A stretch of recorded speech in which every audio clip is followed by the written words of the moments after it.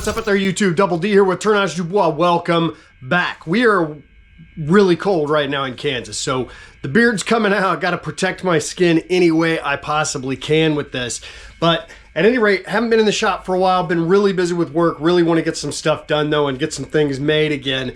So I've got this nice piece of sycamore. This is similar to the splash vase, and I'll put a link to that video right up here, but this is similar of the wood to the splash vase. We've got a little bit of spalting we can see in there, specifically right down in here. So I want to do another vase for this. I've got some people who are interested in vases. I'm not going to do a carved one, just going to do a nice clean looking vase. So let's get rolling. So for those of you who have watched my videos for a while, you know I like to educate and do as much as I can to explain what I'm working on and how I'm doing it for the processes. So I've got my drive spur in here. I'm just going to start this off between centers. A few weeks ago, well actually close to a month ago, I did a video on how I make a tenon as well as how I make a mortise. So I'm just going to follow that same instruction. I'll put a link to that video in the corner later on if you want to go look at that, and that way you can kind of see how I do this. But all I'm going to do is get a tenon started on this end, then I can get it flipped around, work on the shape and things like that. So we'll get this end squared off and a tenon started and get rolling from there.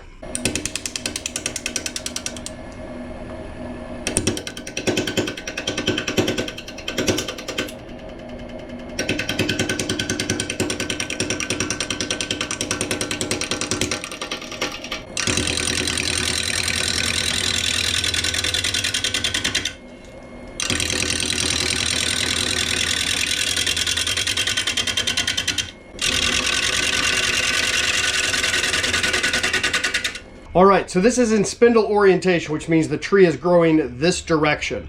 So you'll hear people talk about always cutting downhill, and as you watch, I will be cutting from my high part here downhill to the low part. So think of this as the horizon, and I'm just going to be watching that, and I'm going to be cutting downhill. So I'm always going down from the grain. I'm not cutting up into the grain this way.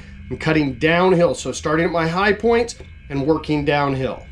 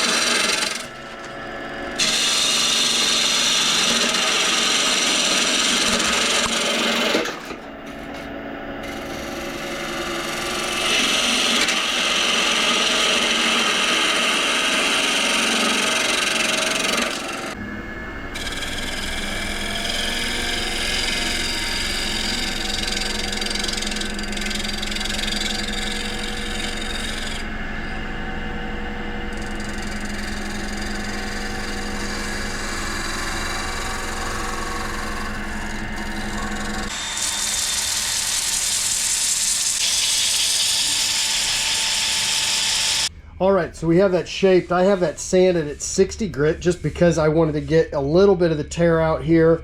This is a little bit of punky piece, so I got it at 60 grit. There was also a little bit of tool marks, really was able to work those out. But I have a little bit of cracking. I have a crack right here. I have a crack right here that's a little bit more significant, and here, and that's about it. Maybe this little light one here. So what I'm going to do is I'm going to put sanding sealer on this. That's going to stiffen up those fibers, but it's also going to keep it from staining. And then what I'm going to do is after it dries, I'm going to put black CA glue and fill these cracks in. Let that cure up really well, and then that will continue to blend in a little bit with the spalting and continue that look as we move forward. I do have these two little marks, but I want to leave those. I kind of like that interesting bug trail look there, but we'll get this going.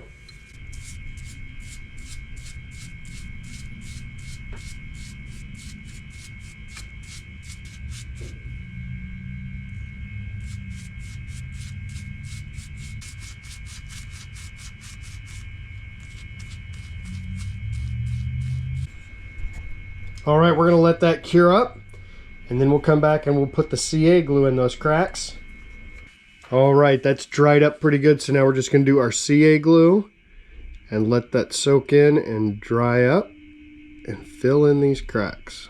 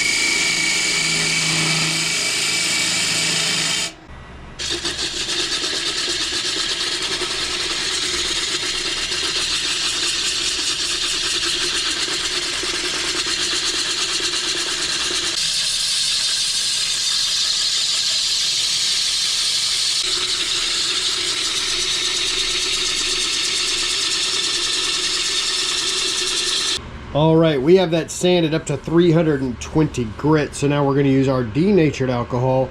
That will allow us to see what it'll look like, as well as stand that grain up just a little bit so that we can knock it back and get an even smoother finish on the piece. Now I will tell you that this little inclusion here, these two little holes, I wanted to leave those as a feature just for a nice little view. They actually go all the way through the piece. So when I was using my compressor to blow air out of this and the dust and get that all cleaned out, there were little puffs of dust coming out of those holes. So that was kind of fun to see, and just lets me know that it was a good decision to leave that in there just as a feature and keep it unique and not put CA glue in that. So that is going to be absolutely beautiful. We'll let that dry for a minute, then we're going to get that knocked back at 400 grit, get that sanded up, and then we'll start our finish process before we go to take it off the tenon.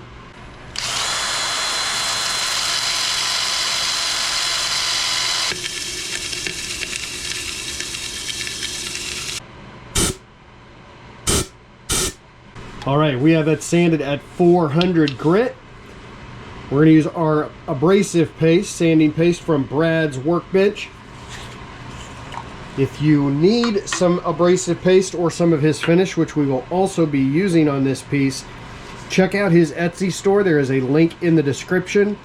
And if you use the coupon code DD10, that's going to get you a 10% discount off of his finish. So definitely worth checking out, seeing what you think. Give it a try and go from there.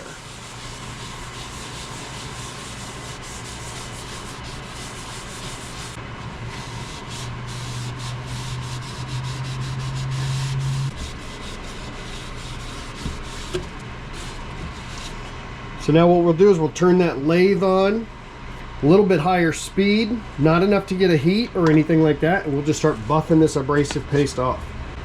Do not put your hand inside with this rag to do that, because if there's a catch or something, you will break your arm. So always make sure you have a tool to use.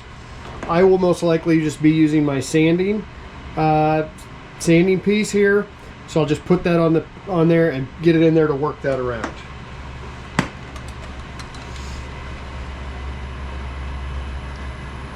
So I'm going to go just over right about 500, 550 RPM. Start working this in.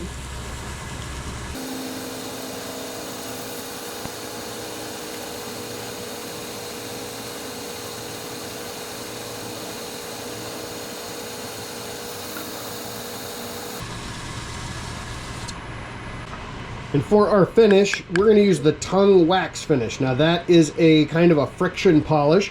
On the inside, I won't do it that way just because I can't get a good work with the sanding tool in there like I was hoping to. So I'll put that on and then I'll wipe that off, give it a little bit of pressure. But I will do the friction polish on the outside. So I'm going to apply this on the outside, apply it on the inside, let it set, and then we'll buff off the outside, and then I'll hand buff the inside as much as possible. This is one of my favorite finishes. So you just get a nice amount on and apply it pretty liberally and just let it soak. This will be a nice, durable, matte finish that we have on this. And it's gonna really accentuate the spalting that we see, as well as the texture of the grain, which there isn't any real texture. This is probably one of the ones that I've done that I'm the most happy with the sanding process on how it's gone. So, pretty happy with that. But, it's a work in progress because I'm always learning. So one thing that I did do that I don't always do is I did multiple coats of sanding sealer on this.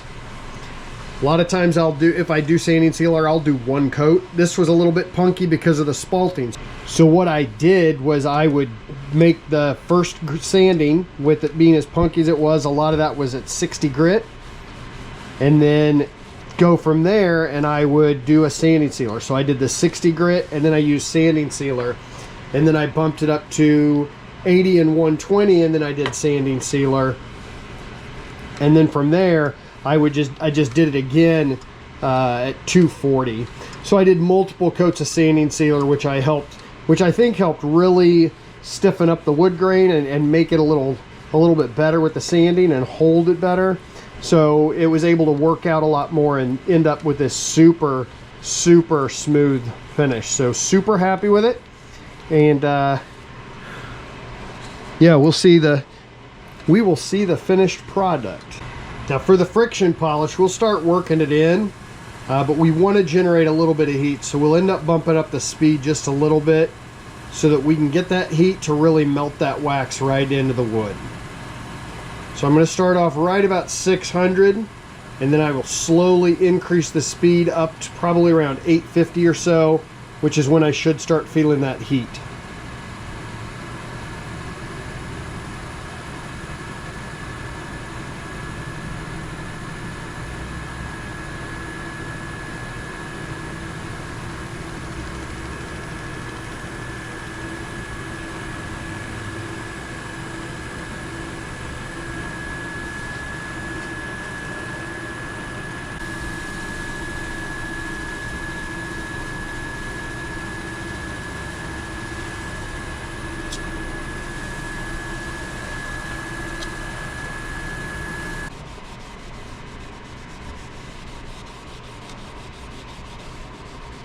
Hey everybody, welcome back. Hope you enjoyed that project where we took that spalted sycamore and made the vase. So here is our finished piece.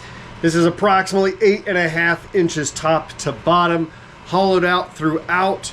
Really good with the width of the wall all the way down until about here. I curve it in a little bit more, but it's pretty thin down here on the bottom in the middle though too. So I'm really happy with hollowing this.